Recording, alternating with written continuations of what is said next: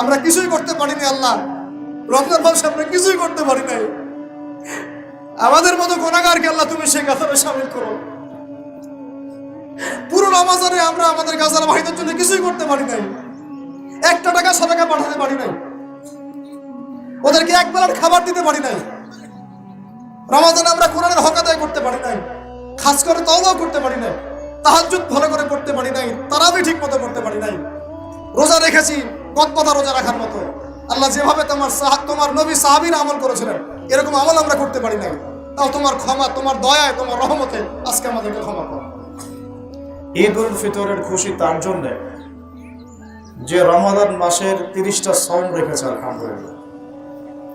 ঈদ উল ফিতরের খুশি তার জন্য যে রমাদান মাসের 30টা সওম রাখার মতো রেখেছে। সওম রেখে কোনো হারাম কাজ করে নাই, সওম রেখে রোজা রেখে মিথ্যা বলে নাই, রোজা রেখে কাউকে ঠকায়নি, কারো হক নষ্ট করে নাই, রোজা রেখে কোনো ফাহেসা কাজে লিপ্ত হয় নাই, রোজা রেখে আল্লাহ এবং তার রাসূলের বিরুদ্ধাচারিত হয় এমন কোনো কাজ করে নাই। রোজা রাখা অবস্থায় পুরো রমাদান মাস আল্লাহ এবং তার রাসূলের আনুগত্যের উপরে ছিল। এই ব্যক্তির জন্য আজকের খুশি। সবাই যে যার আয়নার সামনে দাঁড়ায় যদি প্রশ্ন করি সত্যিই কি আমরা তাদের অন্তর্ভুক্ত হতে পেরেছি, দেখবেন নিজের বিবেক বলবে হয়তো পারি না। এবং আজকে আমার নিজেরই বিবেক বলছে যে আমি পারি না। আমরা সবাই যদি বাসায় ফিরে যাই, আয়নার সামনে দাঁড়াই, একটু আত্মসমালোচনা করি, এই পুরো রমাদান মাসের 30টা রোজা আমি কি সত্যি রোজা রাখার মতো রেখেছিলাম? আত্মসমালোচনা করলে দেখবেন ইনশাআল্লাহ তাআলা আপনার বিবেক আপনাকে বলে দিবে হয়তো বা আপনি আমি পারি না। আল্লাহ পাক যেন আমাদের সেই ভুলগুলো মাফ করে দেন। রোজা অর্থ এটা ছিল না যে আমি না খেয়ে থাকবো আর পানি পান করবো না। নবী সাল্লাল্লাহু আলাইহি ওয়াসাল্লাম একটা হাদিসে বলেছেন, সেই ব্যক্তির রোজা রাখায় আল্লাহ পাকের কিছুই যায় আসে না, সেই ব্যক্তির না খেয়ে থাকায়, খাবার গ্রহণ না করায়, পানি পান না করায় আল্লাহ পাকের কিছুই যায় আসে না। যে ব্যক্তি রোজা রেখে অশ্লীল কাজ, নোংরা কাজ, মিথ্যা এগুলো ছাড়তে পারে না। সমাজের চিত্রগুলো একটু দেখেন, রাষ্ট্রের চিত্রগুলো একটু দেখেন, পরিবারের চিত্রগুলো একটু দেখেন, বাজারঘাটগুলো একটু দেখেন। রোজা রাখা অবস্থায় আমরা যা করলাম 1 মাস, একটু আমলনামাকে আত্মসমালোচনা করি, পর্যালোচনা করি, নিজেরাই বুঝতে পারবো যে আজকের খুশি কি আমাদের জন্য না অন্য কারণ। তারপর আল্লাহ রাব্বুল আলামিন আফুন গফুর, আল্লাহ পাক পরম করুণাময়, অসীম দয়া। আমরা দোয়া করবো আল্লাহ পাক আমাদের রোজার যে ত্রুটিগুলো আছে এগুলো যেন মাফ করে দেন। এবং এই মাফের জন্য আমাদেরকে এই শাওয়াল মাসে 6টা রোজা রাখতে হবে। শাওয়াল মাসে যে 6টা রোজা রাখবে রমাদানের 30টা রোজার সাথে সে সারা বছর রোজা রাখার নেকি পাবে ইনশাআল্লাহ। এবং রোজার এই ত্রুটিগুলোর কাফফারা হিসেবে আমাদেরকে বেশি বেশি দান সদকা করা উচিত। আশা করা যায় এই সদকাগুলোর ওসিলায় আল্লাহ পাক আমাদের রোজার ত্রুটিগুলো মাফ করে দেবেন ইনশাআল্লাহ। ঈদের খুশি কার জন্য? যে ব্যক্তি রমজান মাসে কিয়ামুল লাইল করেছে। একটু আত্মসমালোচনা করে দেখি যে আমরা রমাদান মাসে প্রত্যেকেই কিয়ামুল লাইল করতে পেরেছিলাম কিনা, তারাবি আদায় করেছিলাম কিনা, তাহাজ্জুদ করেছিলাম কিনা, নাকি হাটে বাজারে মার্কেটে এখানে আড্ডা পিটিয়েছে, নাকি কোনো রকম কিছু নামাজ পড়ে এখান থেকে চলে আসছে হাজিরা খাতায় নাম লেখানোর জন্য। ঈদের খুশি তার জন্যে যে রমাদান মাসে নাজিলকৃত আল কোরআনের হক আদায় করেছে। রমাদান মাসের সবচেয়ে বড় শ্রেষ্ঠত্ব কি ছিল? শাহরু রমাদান আল্লাযী উনজিলা ফীহিল কোরআন। রমাদান সেই মাস যে মাসে আল্লাহ পাক বলেছেন আমি কোরআন নাজিল করেছি, হুদাল লিন-নাস ওয়া বায়িনাতিন মিনাল হুদা ওয়াল ফুরকান। রমাদান মাস এই কারণে শ্রেষ্ঠ ছিল যে এই মাসে আল্লাহ রাব্বুল আলামিন লাইলাতুল কদরে কোরআন নাজিল করেছেন। পুরো রমাদান মাসে আমরা কতটুকু কোরআনের সাথে সময় কাটিয়েছি, কতটুকু কোরআন শিখেছি, কতটুকু শিখিয়েছি, কতটুকু তেলাওয়াত করেছি, কতটুকু কোরআনের হক আদায় করেছি, কোরআনের বিধানগুলো মেনেছি, এর আদেশগুলো মানার চেষ্টা করেছি, নিষেধগুলো ছাড়ার চেষ্টা করেছি। যার যার বিবেক উত্তর দিবে, কাউকে কিছু বলতে হবে না। ওই ব্যক্তির জন্য খুশি, ওই ব্যক্তির জন্য সাফল্য, ওই ব্যক্তির জন্য আজকে খুশির দিন যে রমাদান মাসে আল্লাহর নাজিলকৃত কোরআনের হক আদায় করতে পেরেছে। হতভাগা মুসলমানরা এটা জানেও না আজকালকার দিনে যে কোরআনের হক কয়টা। কোরআনের প্রথম হক ছিল কোরআন বিশুদ্ধ করে তেলাওয়াত করা। বাংলাদেশের 80% মুসলমান কোরআন তেলাওয়াত করতে পারে না। হতভাগা মুসলিম জাতি, একটা হতভাগা মুসলিম জাতি। এত কিছু বাধ্যতামূলক হয় শিক্ষার মধ্যে, কোরআন শিক্ষা বাধ্যতামূলক করতে পারে না। হতভাগা শিক্ষা ব্যবস্থা। এত কিছু বাধ্যতামূলক হয়েছে, কোরআন শিক্ষা বাধ্যতামূলক হতে পারে না। রমাদান মাস এই কারণে শ্রেষ্ঠ ছিল যে এই মাসে আল্লাহ পাক কোরআন নাজিল করেছে। কোরআনের তেলাওয়াত করতে হবে বিশুদ্ধ করে, এটা প্রথম হক ছিল। এরপরে কোরআনের হিফজ করতে হবে, এরপরে কোরআনের ভাষা শিখতে হবে, তারপরে কোরআনের আদেশ মানা, তারপর নিষেধগুলো ছেড়ে দেওয়া, এরপরে কোরআনের দাওয়াত মানুষের ঘরে পৌঁছে দেওয়া। এগুলো ছিল কোরআনের হক। নিজেদেরকে প্রশ্ন করি একটু, কোরআনের হক আদায় করে কি আজকে আমরা খুশি অর্জন করতে পেরেছি? আল্লাহ পাক যখন আজকে সব বান্দাদেরকে মাফ করবেন, আমরা কি বলতে পারবো আল্লাহ রমজান মাসে আমরা তোমার কিতাবের হক আদায় করেছি, আমাদেরকে মাফ করে দাও? নিজের ভিতরেই আমার ধিক্কার আসছে, আমি তো নিজেই করতে পারি না, আপনাদেরকে কি ওয়াজ করব? আজকে আমি আপনাদেরকে ওয়াজ করার মতো মুত্তাকি ব্যক্তি নই, ওয়াজ করার মতো যোগ্যতাই নাই আমার আজকে। আর কোরআনের যে হক, এটা এত ভারী যার কিছুই আমরা আদায় করতে পারি না। পুরো রমাদানে আমরা অনেক ইবাদত করেছি, সারা বিশ্বের মানুষ, পুরো বিশ্বের মুসলমানরা, পুরো বিশ্বের মুসলমানের সবার পক্ষ থেকে 1 টাকা করেও সাদাকা গাজায় পাঠানো হয় না। যদি আমরা 16 কোটি মুসলমান 1 টাকা করে দিতাম, 16 কোটি টাকা হতো। শুধু একদিনের আরবের মধ্যে যে খাদ্যের অপচয় হয়, ওই খাদ্যগুলো, উচ্ছিষ্ট খাদ্যগুলো যদি ওখানে পাঠানো যেত, আমাদের ভাই বোনরা, শিশুরা আজকে না খেয়ে পড়তো না। আজকে আমরা আল্লাহর সামনে এসেছি মাফ নেওয়ার জন্য। আমরা প্রতারক, আমরা প্রতারণা করছি, আমরা নিজেদের সাথেই প্রতারণা করছি। আমার ওস্তাদ এই রমাদানের শেষ দশকে ইতিকাফের সময় একটা কথা বলছিলেন, আমাদের মুসলমানদের ইমানি এবং ইলমি হালত এতই নিচে নেমে গেছে এখন যে কাদিয়ানীদের বদনা দিয়ে ওযু করে এসে সুন্নত তরিকায় নামাজ পড়তে আসে। যারা নবী সাল্লাল্লাহু আলাইহি ওয়াসাল্লামের পরে নবুয়ত দাবি করছে, ওদের বদনা দিয়ে ওযু করে এসে সুন্নত তরিকায় নামাজ পড়তে আসে। এই হলো ইমানের হালত, এই হলো ইলমের হালত। পুরো বিশ্ব জুড়ে আমরা কেউই ওই ভাইদের পাশে দাঁড়াই নাই, ইল্লা মাশাআল্লাহ, গুটি কয়েক ভাই বাদ দিয়ে, ইল্লা মাশাআল্লাহ। কেউ দাঁড়ানোর চেষ্টাও করি নাই, কেউ তো হয়তো নামাজের দোয়াও করি না, কেউ কোনো শব্দ উচ্চারণ করি না। প্রথম কয়েকদিন আমরা অনলাইন লেখালেখি করেছিলাম, শেষ, খালাস। অথচ আজকের ঈদের খুশির দিন ওই মজলুম ভাইদের জন্য, আজকে ঈদের খুশির দিন তাদের জন্যই। কারণ ওই অবস্থাতেও তারা 30টা রোজা রেখেছে, সাহারি না পেয়েও ঘাস দিয়ে সাহারি করেছে, ইফতার না পেয়েও পানি দিয়ে ইফতার করেছে। আজকের ঈদের খুশির দিন তাদের জন্য, আমার জন্য না, আমাদের জন্য না। রমাদানে যারা কোরআনের হক আদায় করতে পেরেছিল তাদের জন্য ঈদের খুশি। নিজে থেকে প্রশ্ন করে আসেন, আমরা কি রমাদানে কোরআনের হক আদায় করতে পেরেছি? কতজন ব্যক্তি খতম দিয়েছি? কতজন ব্যক্তি কোরআনটা একটু স্টাডি করার চেষ্টা করেছি, কোরআনের দাওয়াত দিয়েছি, মানুষকে একটু শিখিয়েছি, দার্স দিয়েছি, কোরআন কেন্দ্রিক সময় কাটিয়েছি, বা একটা প্রত্যয় ব্যক্ত করেছি যে আমি সারা জীবন কোরআন মেনে চলবো ইনশাআল্লাহ। কোরআন খতম করার পরে ইমাম সাহেব একটা দোয়া পড়েছেন, আমরা এতই হতভাগা জানেন ওই দোয়াটার অর্থও জানি না। ইমাম সাহেব খতমে তারাবির দিন একটা দোয়া পড়েছেন শেষ দিনে, আল্লাহুম্মা ইজআলিল কুরআন রাবিআ কুলুবানা ওয়া নূরা সুদুরানা, আল্লাহুম্মা ইজআলহু লানা ইমামান ওয়া হুদান ওয়া নূরান ওয়া রাহমা ওয়াজআলহু লানা হুজ্জাতান ইয়া রাব্বাল আলামিন। দোয়াটা পড়ে নিন। একা একা এক বচনে যদি পড়া হয় দোয়াটা এভাবে আসে, আল্লাহুম্মা ইরহামনি বিল কুরআনিল আযীম। আল্লাহ কোরআনের ওসিলায় আমাকে রহম করেন। পড়ি নাই, কিসের রহম? হকি আদায় করি নাই, কিসের রহম?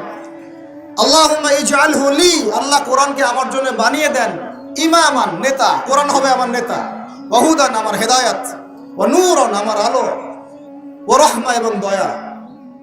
কি ভারী ভারী শব্দ। কি গভীর ভারী ভারী শব্দ। ওয়াজআলহু লি হুজ্জাতান ইয়া রাব্বাল আলামিন। আল্লাহ কোরআনকে আমার জন্য দলিল প্রমাণ বানায় দেন। সুবহানাল্লাহ। এই দোয়াগুলো আমরা পড়েছি রমজান মাসে তারাবির শেষে, কিন্তু কোরআনের হক আদায় করতে পারি না। বাঙালি জাতিকে সতর্ক করছে, যদি এখন পর্যন্ত আমরা সবাই কোরআনের কাছে ফিরে না আসতে পারি, কোরআন পড়া, কোরআন শেখানো, এটার দাওয়াত মানুষের কাছে প্রচার করা, এর আদেশ মানা, এর নিষেধগুলো ছাড়া, এর মধ্যে যা আল্লাহ বলেছেন মানবো, যা নিষেধ করেছেন ছাড়বো, রাসূল হাদিসে যা বলেছেন মানবো, যা নিষেধ করেছেন ছাড়বো, এবং কোরআন কেন্দ্রিক আমরা সমাজ, রাষ্ট্র, পরিবার সব করব, এই চেতনা যদি আমাদের মধ্যে না আসে, এই চেতনা যদি আমাদের মধ্যে না আসে, আল্লাহর গজব আসার অপেক্ষা করতে থাকে। আজ হোক আর কাল হোক, গাদান আও বা'দা গাদিন, আজ অথবা কাল, কাল অথবা পরশু আল্লাহর গজব চলে আসবে। আল্লাহ পাক আমাদের হেফাজত করেন। আল্লাহ পাক আমাদের সবার কলবের মধ্যে কোরআনের প্রতি মহব্বত দান করে দেন। আল্লাহ পাক আমাদের সবার কলবে কোরআনের প্রতি শ্রদ্ধা দান করেন, ভক্তি সম্মান দান করেন, প্রকৃত আনুগত্য দান করেন, কোরআন কেন্দ্রিক জীবন গড়ার একটা দৃঢ় চেতনা আমাদের মধ্যে দান করে দেন।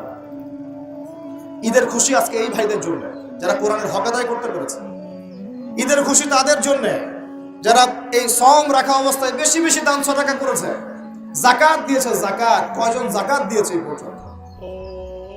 মুসলমান নামাজ পড়ে, যাকাত দেয় না। কেউ কেউ তো রোজা রাখে, নামাজও পড়ে না। আল্লাহ পাক আমাদেরকে হেফাজত করে না। রোজা রাখে, নামাজ পড়ে না। নবীজি বলেছেন, মান তারাকা সালাতান মুতাআম্মিদান ফাকাদ কাফারা।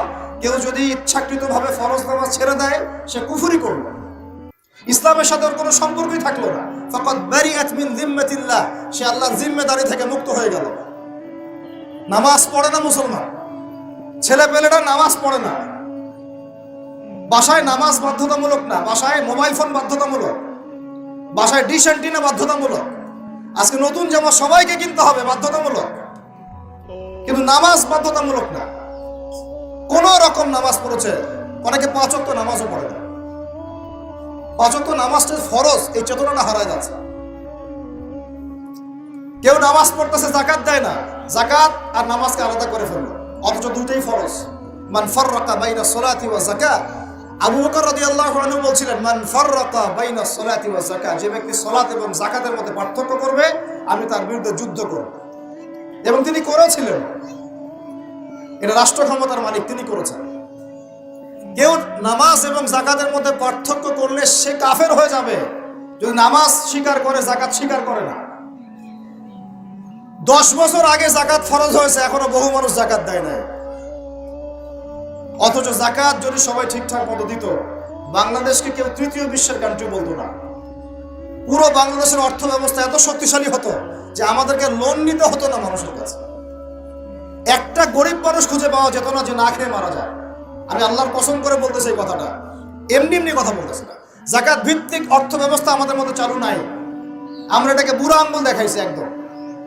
আমরা কোরআন এবং হাদিসে বর্ণিত আল্লাহ পাকের যে বিধান, এগুলোকে বৃদ্ধাঙ্গুল দেখাচ্ছে। পর্দা মেয়েদের মধ্যে নাই, উঠে যাচ্ছে দিন দিন।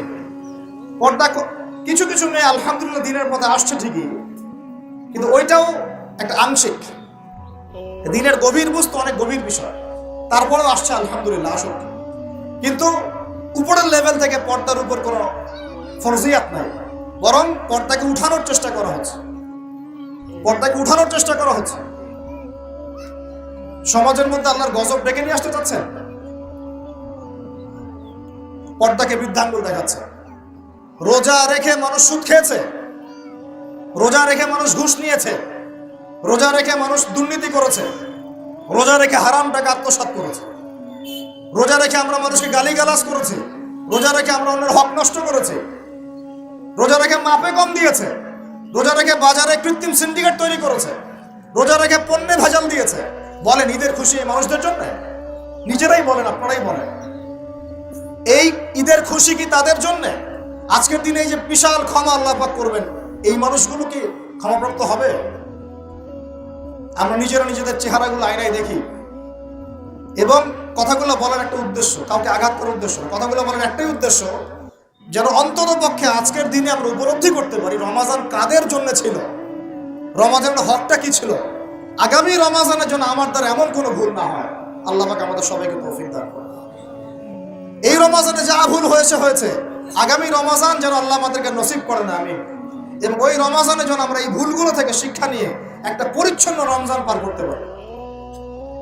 রমজান ঈদের দিনের খুশি ভাই তাদের জন্য, ওই মা বোনদের জন্য ঈদের খুশি যারা ঘরে থেকেছে, নামাজ পড়েছে, স্বামীর আনুগত্য করেছে, লজ্জাস্থানের হেফাজত করেছে, বেপরদা এখানে ঘুরে বেড়ায় নাই।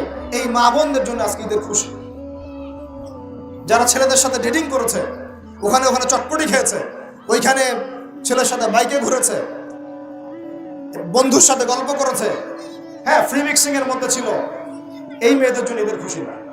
তোমরা নতুন জামা পরো আর পুরাতন জামাই পরো, ঈদের খুশির সাথে তোমাদের কোনো সম্পর্ক। রান্না বান্না, রোস্ট, পোলাও, কোরমা, এগুলোর নাম ঈদের খুশি না। নবী করিম সাল্লাল্লাহু আলাইহি ওয়াসাল্লাম ঈদের দিনে কোরআন তেলাওয়াত করতেন, তাকবীর পড়তে পড়তে ঈদগাহে আসতেন, বাসায় পরিবারকে সময় দিতেন, নফল নামাজ পড়তেন, এতিমের কোনো কিছু প্রয়োজন কিনা দেখতেন, বিধবার কিছু লাগে কিনা দেখতেন, সমাজের মধ্যে সবাই খেতে পারছি কিনা দেখতেন। আমরা এখন আত্মকেন্দ্রিক ঈদের খুশি পালন করি।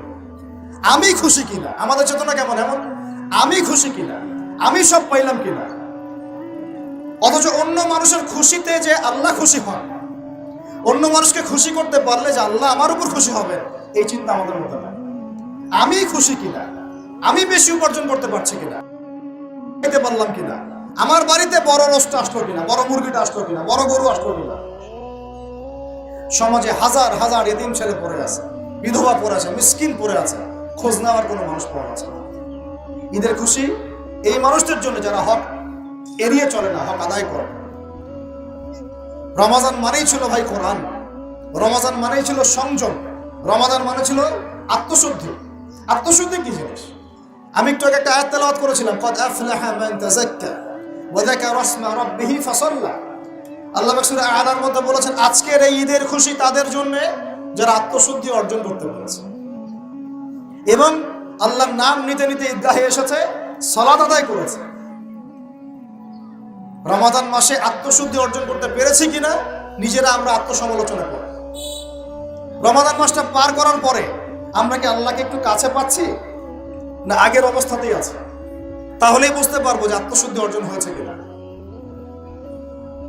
রমাদান মাস ওই বান্দাদের জন্য, আজকে ঈদের খুশি ওই বান্দাদের জন্যই রমাদান মাসে বেশি বেশি দোয়া করতে পেরেছে আল্লাহর কাছে, দোয়া করিয়ে গোনাগুলো মাফ করাতে পেরেছে, চেয়েছে আল্লাহর কাছে, চোখের পানি ফেলেছে। কয়জন চোখের পানি ফেলেছে, কতদিন চোখ দিয়ে পানি পড়েছে। 30টা দিন তারাবির তেলাওয়াত শুনেছেন, কয়দিন চোখ দিয়ে পানি পড়েছে। 30টা দিন আমরা রাতের বেলা উঠেছি তাহাজ্জুদে, কয়জনের চোখ দিয়ে পানি পড়েছে। আল্লাহর কাছে কান্নাকাটি করে, অনুনয় বিনয় করে, নিজের জন্য, নিজের পরিবারের জন্য, উম্মতের জন্য দোয়া করে, দোয়া কবুল করাই নিতে পেরেছে। এই মানুষদের জন্য ঈদের খুশি। বলেন আমরা আপনারা কি তার মধ্যে আছি আদৌ? ঈদের খুশি এই বান্দাদের জন্য।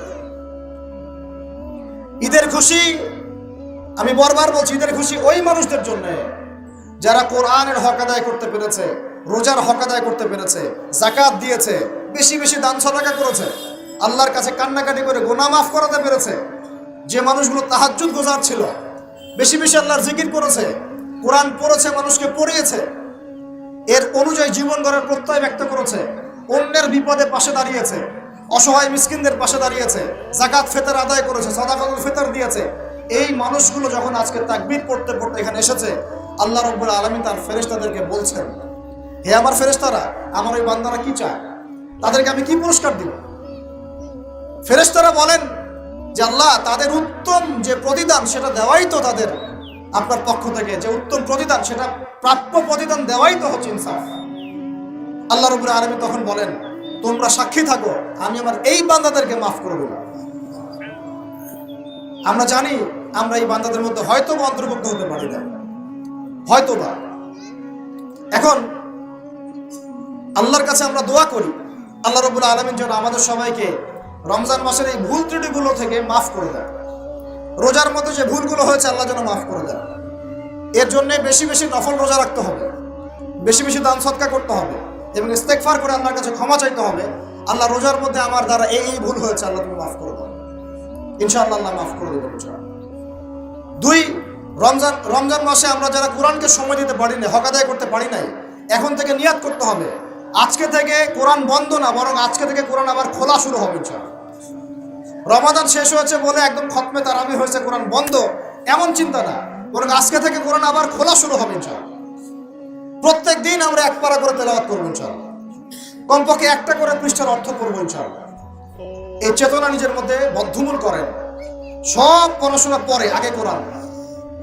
সমস্ত পড়াশোনা পরে, আগে কোরআন।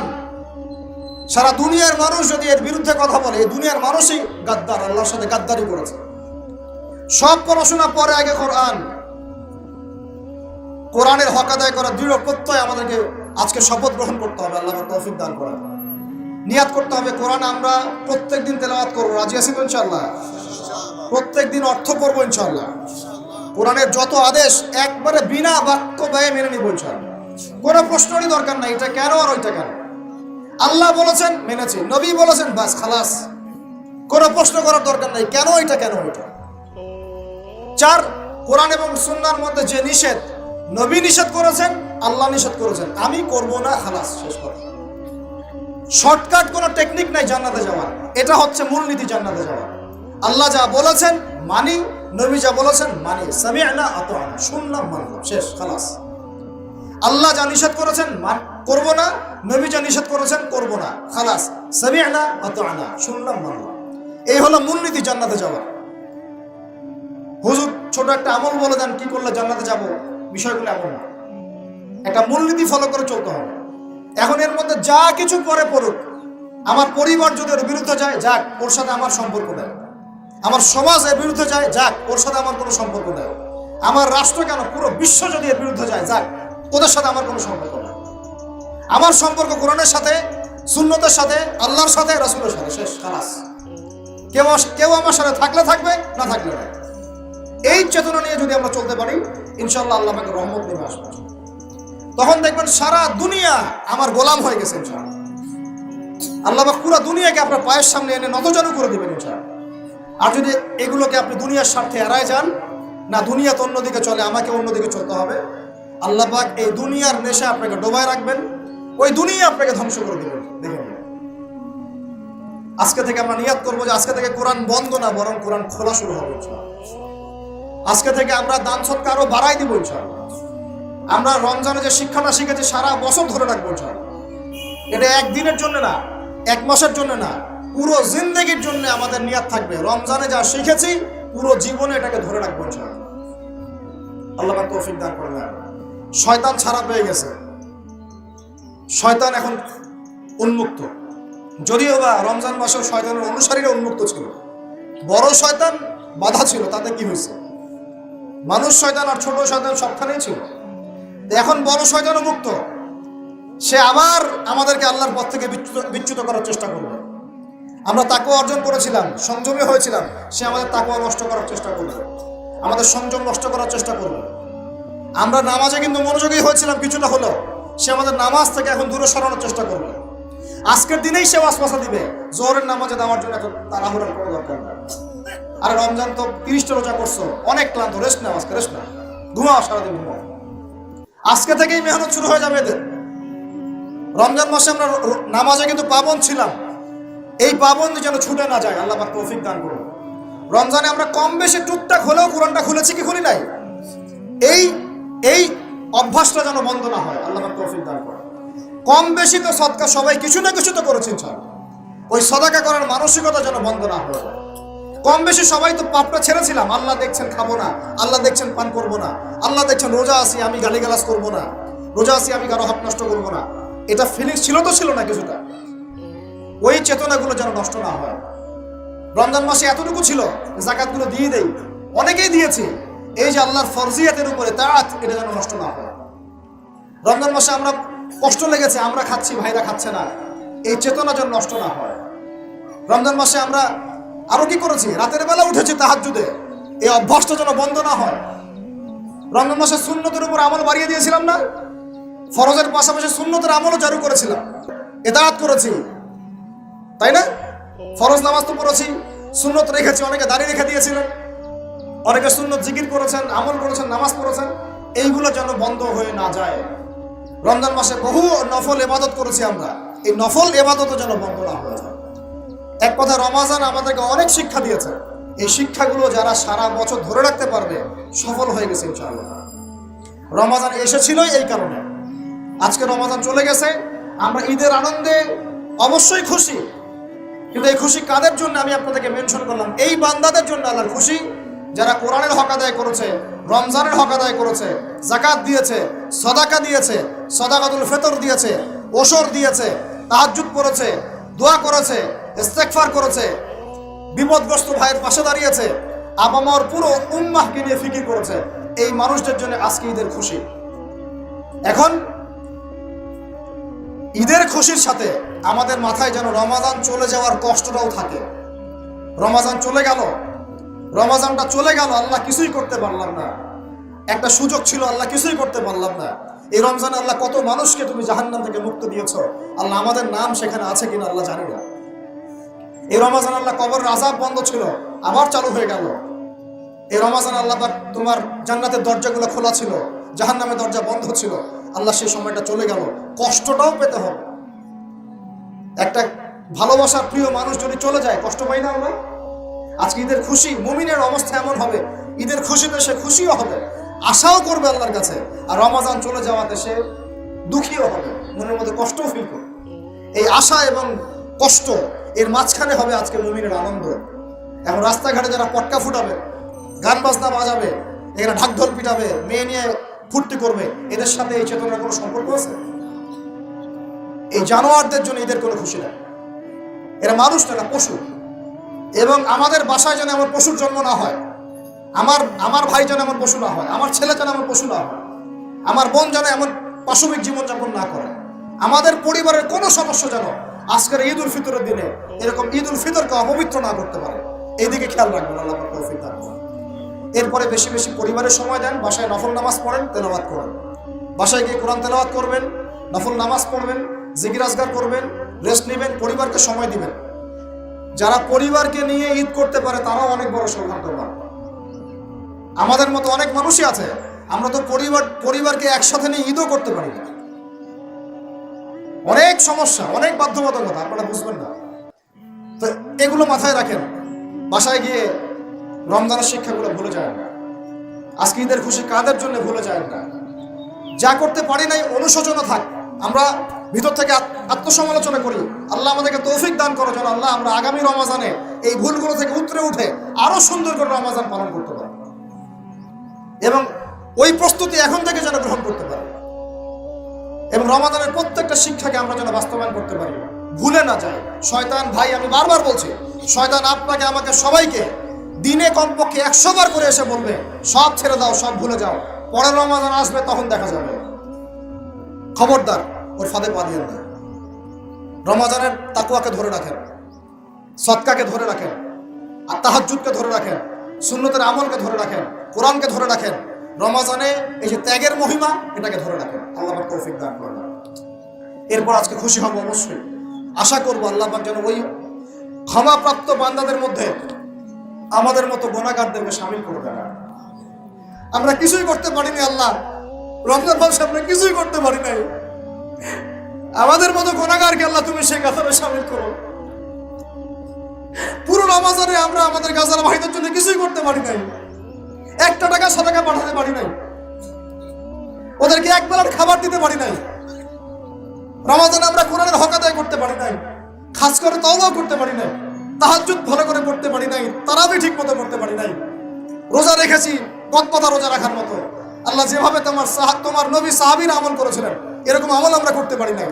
তাও তোমার ক্ষমা, তোমার দয়ায়, তোমার রহমতে আজকে আমাদেরকে ক্ষমা করো, এবং এই শিক্ষাগুলো থেকে আমাদেরকে ভবিষ্যতে তৌফিক দান করো, যাতে করে আমরা তোমার রেজামন্দির মতো করে জীবনযাপন করতে পারি, গুনাহমুক্ত জীবনযাপন করতে পারি, ইসলামের জন্য একদম জান মাল সময় শ্রম উজাড় করে দিনের খেদমত করতে পারি। দিন ইসলামকে আল্লাহ পাকের জমিনে আমরা দুর্বল থাকতে দিব না ইনশাআল্লাহ। দিন ইসলামকে আল্লাহ পাকের জমিনে আমরা শক্তিশালী করেই ছাড়বো ইনশাআল্লাহ। দিন ইসলামকে আমরা আল্লাহ পাকের জমিনে বিজয়ী করেই ছাড়বো ইনশাআল্লাহ। এই পথে যারা বাধা প্রদান করবে এদের বিরুদ্ধে আমরা প্রতিবাদ করে তুলবো ইনশাআল্লাহ। আল্লাহ রাব্বুল আলামিন আমাদের সবার দিনের মধ্যে দিন ইসলামের প্রতি খাস মহব্বত দান করেন। কোরআনের মহব্বত ঢেলে দেন, ঈমানের মহব্বত ঢেলে দেন, সুন্নতের মহব্বত ঢেলে দেন এবং সাহাবী বলা জিন্দেগি আমাদেরকে যাপন করার তৌফিক দান করেন।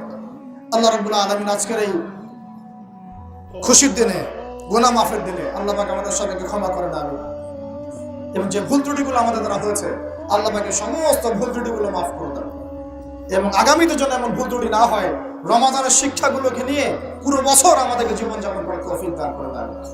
أقول قولي هذا أستغفر الله لي ولكم ولسائر المسلمين. بارك الله لنا ولكم بالآيات الحكيم إنه تعالى جواد كريم ورؤوف رحيم.